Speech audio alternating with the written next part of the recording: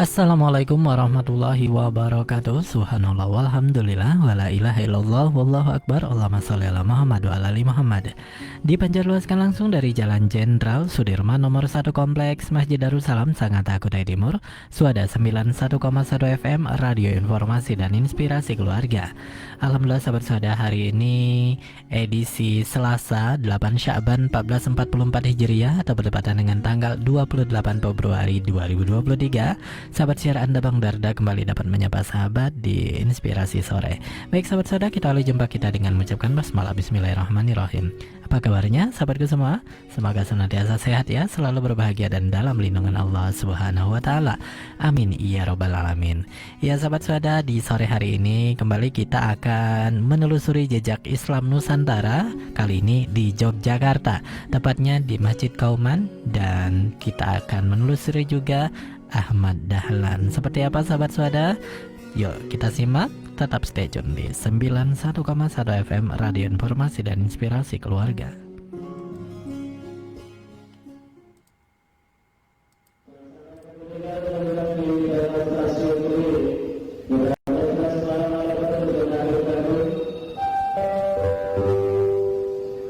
Mitra Muslim, saya sudah menelusuri beberapa kota di Madura dan Jawa Timur untuk menelisik sejarah dan sejumlah peristiwa penting yang terkait penyebaran agama Islam di masa lalu. Sekarang saatnya saya menuju Jawa Tengah untuk ekspedisi selanjutnya.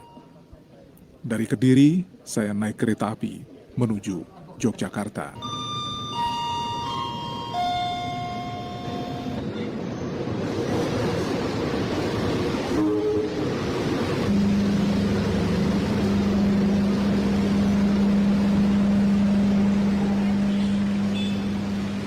Kota pelajar ini sangat penting untuk dikunjungi, karena pernah menjadi tonggak berdirinya sebuah kerajaan besar, yang pada pemerintahannya menjadikan Islam sebagai ideologi. Peninggalan-peninggalannya juga relatif banyak untuk dicermati.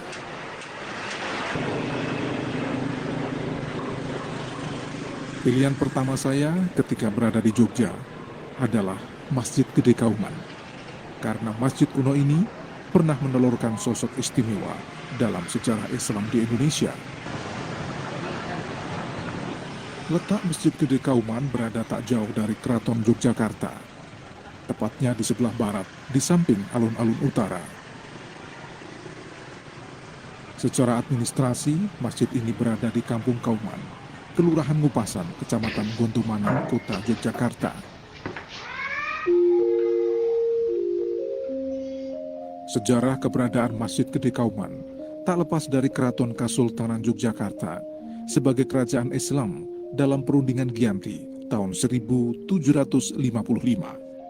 Karena Masjid Gede Kauman berdiri 18 tahun setelah perjanjian Giyanti yang memecah Mataram menjadi Keraton Kasunanan Surakarta dan Kasultanan Yogyakarta.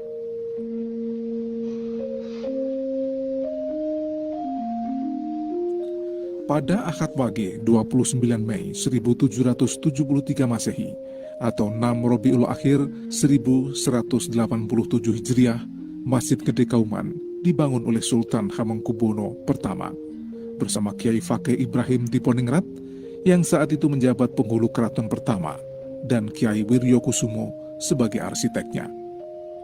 Peristiwa ini diceritakan oleh salah satu pengurus Masjid Gede Kauman, Anwar Bustami. Masjid ini dibangun tahun 1773 oleh Sri Sultan Hamengkubuwono I. Jadi setelah terjadi perjanjian Giyanti, kemudian pecah Mataram Islam menjadi Surakarta Ngayogyakarta.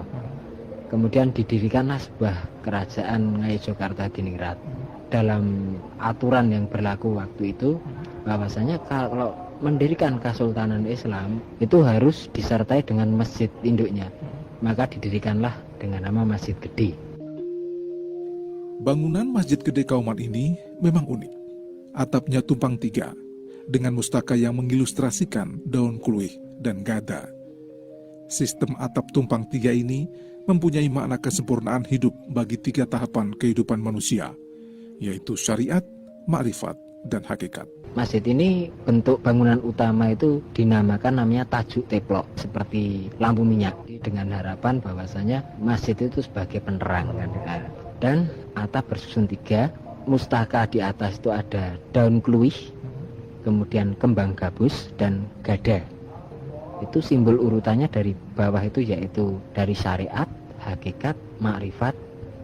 Kemudian ada yang mengatakan lagi bahwasanya itu simbol dari Islam bawah. Kemudian di tingkat kedua ada iman, ketiga ada ihsan. Salah satu keistimewaan Masjid Gede Kauman adalah satu-satunya masjid raya di Indonesia yang berumur hampir 250 tahun. Tentu tempat ibadah ini menyimpan banyak kisah bersejarah. Pada masa perjuangan kemerdekaan misalnya, Masjid Gede Kauman ini menjadi lokasi merekrut para pejuang. Budi Setiawan, peminat sejarah yang juga warga Kauman, Yogyakarta. Di dalam perjuangan kemerdekaan Indonesia, pada pertempuran awal yaitu perebutan Kota Baru, maka seruan perjuangan itu dilakukan melalui Menara Masjid Gede ini yang mengundang anak-anak muda di Kauman dan sekitarnya untuk bersama-sama menyerbu Kota Baru. Masjid Gede Kauman menjadi poros pergerakan. Kemudian pada perang kemerdekaan, baik pertempuran Serondol maupun pertempuran Ambarawa yang terkenal, maka setiap keberangkatan dari para syuhada, dari para pejuang tersebut senantiasa diawali di Masjid Gede Kauman ini. Namun kira-kira 30 tahun sebelumnya, dari lingkungan masjid ini pula muncul salah satu pahlawan nasional yang juga pendiri Muhammadiyah. Masjid ini dalam peran kesejarahan kita lihat berada di kampung Kauman yang berawal kata dari kampung Koimuddin penegak agama. Dan memang kemudian kampung Kauman ini di Yogyakarta menjadi berbeda dengan kampung Kauman di tempat lain. Karena kemudian dari kampung Kauman ini lahir sosok Kiai Haji Ahmad Dahlan yang nama kecilnya Muhammad Darwis. Dan kemudian pada perkembangannya beliau melakukan banyak sekali perubahan pencerahan yang dalam bahasa agama disebut dengan tajdid. Ahmad Dahlan, sebuah nama yang tak asing bagi sejarah perkembangan agama Islam di tanah air. Kiai Haji Ahmad Dahlan adalah tokoh agama yang tak banyak meninggalkan tulisan. Ia lebih banyak menampilkan sosoknya sebagai praktisi. Sejarawan Adabi Dardan menjelaskan. Kiai Dahlan menggunakan pendekatan ukhuwah, persaudaraan, persuasif, penjelasan, dialog, dan sebagainya.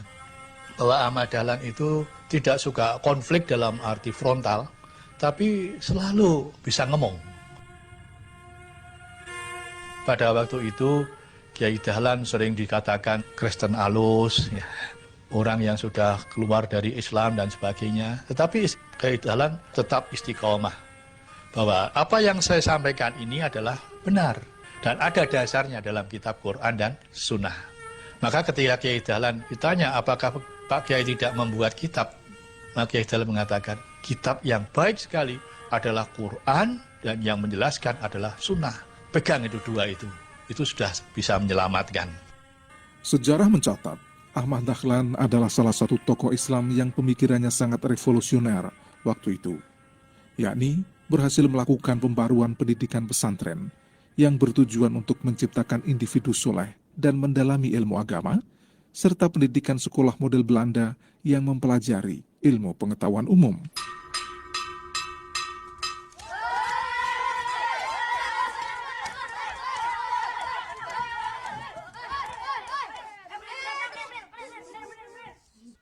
Guten Morgen, Kinderen.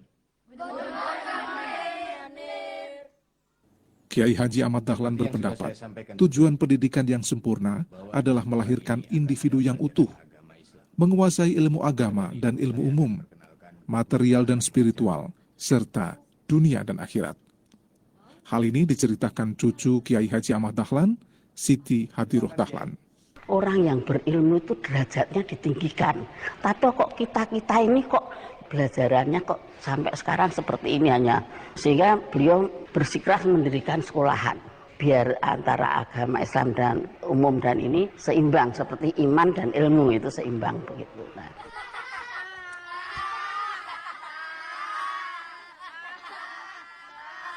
Untuk mewujudkan impiannya itu, Ahmad Dahlan pada tahun 1919 mendirikan sekolah taman kanak-kanak yang saat itu disebut Frebel. Tempat ini untuk pertama kali kindergarten. Namanya dulu Frebel, tahun 1919. Itu mendirikan taman kanak-kanak. Murid-murid Kiai Dahlan yang perempuan itu kan prihatin. Anak-anak kecil-kecil ini adalah tunas-tunas yang harus mulai dididik dari kecil. Nah, sehingga diberi kesempatan tempat lokasi sini sampai pada tahun 50 mendapatkan bantuan dari pemerintah yang sekarang ada di TK Kauman itu. Nah, itu. TK pertama di Indonesia. Kalau Aisyah itu tahun 1919, sedangkan kalau Taman Siswa itu baru tahun 21. Sebelum mendidik orang lain, Kiai Dahlan itu anaknya dulu yang dididik. Sehingga murid yang pertama kali perempuan itu juga putranya 2 orang, Siti Aisyah dan Siti Busro. Itu dengan teman-temannya yang di Kauman ini itu hanya beberapa orang. Nah, kemudian murid yang laki-laki itu ya Sirat, anaknya sendiri, dengan Irfan Jumhan yang sekarang ada di Bangkok gitu ya.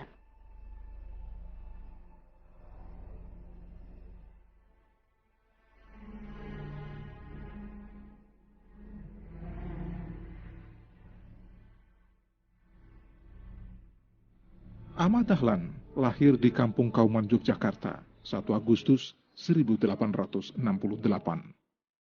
Nama kecilnya adalah Muhammad Darwis. Ia merupakan anak keempat dari 7 bersaudara. Muhammad Darwis termasuk keturunan ke-12 Maulana Malik Ibrahim, pelopor penyebaran agama Islam di Jawa.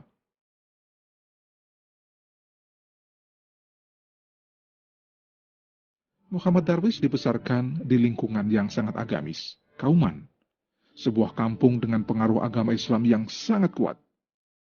Itu pula yang berpengaruh besar dalam perjalanan hidup selanjutnya. Berikut penuturan sejarawan Adabi Daktan. Muhammad Darwis ini ketika kecil sangat rajin beribadah dan juga sangat konsens pada ilmu, tekun mengaji waktu kecil. Sehingga waktu agak merangkak dewasa, dia mengembara ke pesantren-pesantren untuk mencari ilmu agama.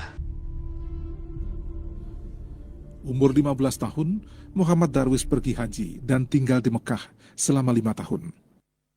Pada masa itu, ia mulai berinteraksi dengan pemikiran para pembaharu Islam, misalnya Muhammad Abduh, Jamaluddin Al-Afghani, Rashid Ridho, Ibnu Qayyim, dan Ibnu Taimiyah.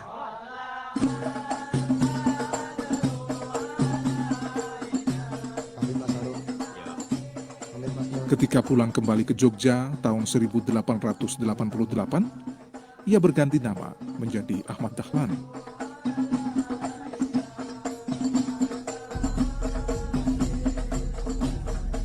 Tahun 1903, ia kembali ke Mekah dan menetap selama 2 tahun. Saat itu ia berguru kepada Syekh Ahmad Khotib, yang juga guru dari pendiri Nahdlatul Ulama, Kiai Haji Hasyim Asy'ari.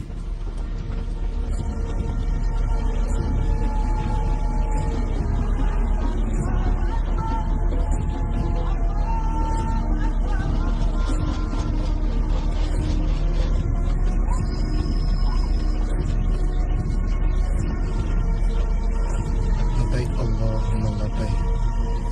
Labbaik la syarika lak labbaik. Aku memenuhi panggilanmu ya Allah.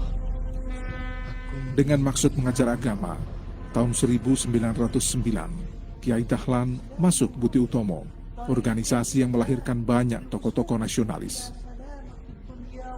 Di sana ia memberikan pelajaran untuk memenuhi keperluan anggotanya.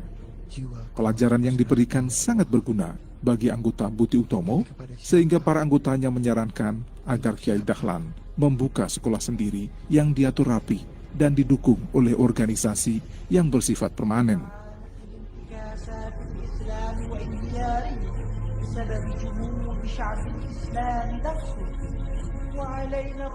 Saran itu lalu ditindaklanjuti dengan mendirikan organisasi yang diberi nama Muhammadiyah pada 18 November 1912. Organisasi ini bergerak di bidang kemasyarakatan dan pendidikan. Sekalipun surat resmi pendirian perkumpulan belum turun, tapi hari ini aku tetapkan sebagai hari lahir Muhammadiyah. Ya Allah, menunjukkan jalan yang lurus, yaitu jalan yang Engkau telah beri nikmat, bukan jalan orang-orang yang Engkau beri sesat. Amin. Amin.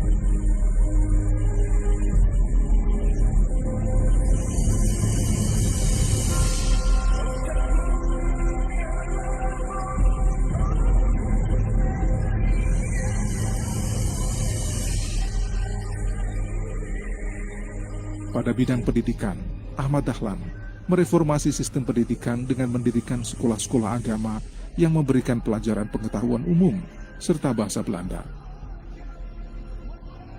Di bidang organisasi, tahun 1918 dibentuk organisasi Aisyah khusus untuk kaum wanita karena kesadaran pentingnya peranan kaum wanita dalam hidup dan perjuangannya sebagai pendamping dan partner kaum pria. Sementara untuk pemuda dibentuk Pathfinder atau Pandu. Sekarang dikenal dengan nama Pramuka. Tapi saat itu masih disebut Hizbul Wathon yang disingkat HW. Pembentukan Hizbul Wathon dimaksudkan sebagai wadah pendidikan para pemuda, tempat persemaian kader-kader terpercaya, sekaligus menunjukkan agama Islam tidak kolot, melainkan progresif. Tidak ketinggalan zaman, namun sejalan dengan tuntutan keadaan dan kemajuan zaman.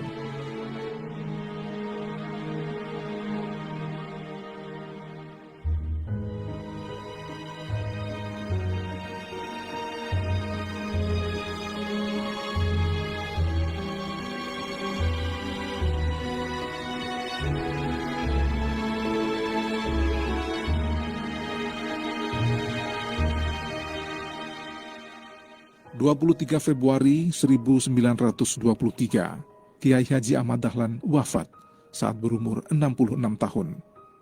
Jenazahnya dimakamkan di Karangkuncen, Yogyakarta. Rakyat berduka karena kehilangan salah satu pejuang Islam, sosok panutan dan pendiri Muhammadiyah, sebuah organisasi yang mendidik bangsa Indonesia berkepribadian utuh, pribadi yang berilmu sekaligus agamis.